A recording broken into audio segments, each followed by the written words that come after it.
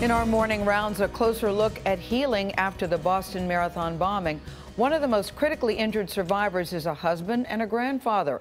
Elaine Quijano's in Boston now to show us why that man and his wife call his surgeon a miracle worker. Elaine, good morning. Good morning. When the first bomb went off here at the finish line, John and Karen Odom were standing along Boylston Street behind me. The businessman and his wife were visiting from California, waiting to cheer on their daughter. They never got that chance. There was this a huge explosion. The thrust came from our left, and it was very hot, and it just knocked you down to the ground. And right away, I could feel there was something wrong. John Odom knew immediately it was a bomb. Shrapnel had torn through arteries and veins in his leg.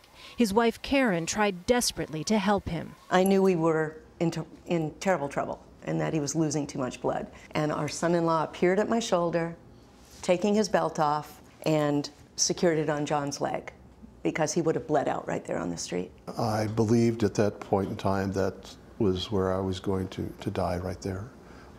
And I was okay with that, if that's what it was my time to go. But his family begged him to stay awake. The last thing he remembers is being carried to the ambulance. Thousands of Boston's doctors and nurses rushed to hospitals around the city and waited for the injured to arrive. Among them, vascular surgeon Kalish at Boston Medical Center. What kind of condition was John in? To be totally honest, when I first walked in and first essentially saw John, he had actually arrested, which means his heart had stopped. So he was dead? He was, for all intents and purposes, dead for a very split second. After the surgery, Dr. Kalish told Karen and the Odom family to take things hour by hour. I told her that I didn't know if he was going to die, but I could not promise her at that point that he was going to make it out of the hospital. It was that critical for several days. And he was on life support for 2 weeks. He had 11 surgeries in 28 days. And it was a rough time. The force of the blast had injured Odom's brain, but eventually he recovered enough to begin his grueling physical therapy at Spaulding Rehabilitation Hospital.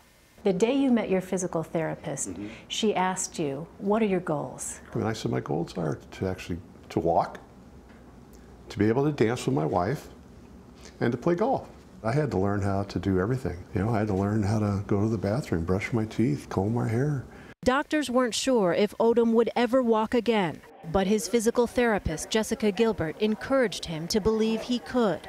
I don't know if I really thought I really could until Jesse took me down to the parallel bars and said, John, let's stand up.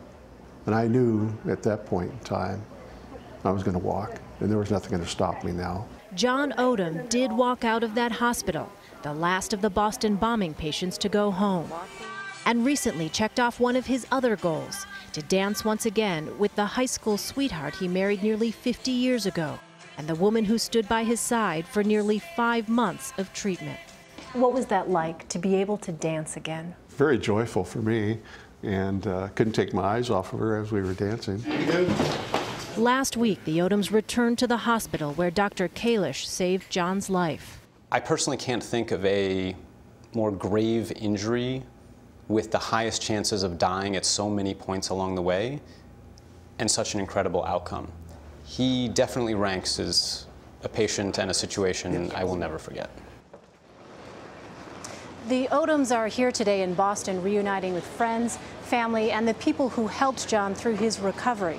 Next week, they'll watch the marathon, cheering on the runners, including Jessica Gilbert, the physical therapist who taught John how to walk again. Nora? What a nice button to that story. Now that we've heard the story, we won't forget it either, but special shout out to the physical therapist, the medical team. When you're told you have hour to hour to live, and then to have the story end that way. I know, that makes me tear up. I was thinking the same thing about how these doctors and physical therapists are the unsung heroes, and now she's running in the marathon. And I love that he's married to his high school sweetheart, 50 years together. Beautiful story. Dancing again.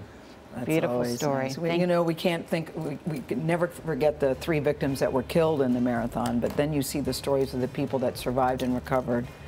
Boy, it's so bittersweet this time. So Absolutely. bittersweet.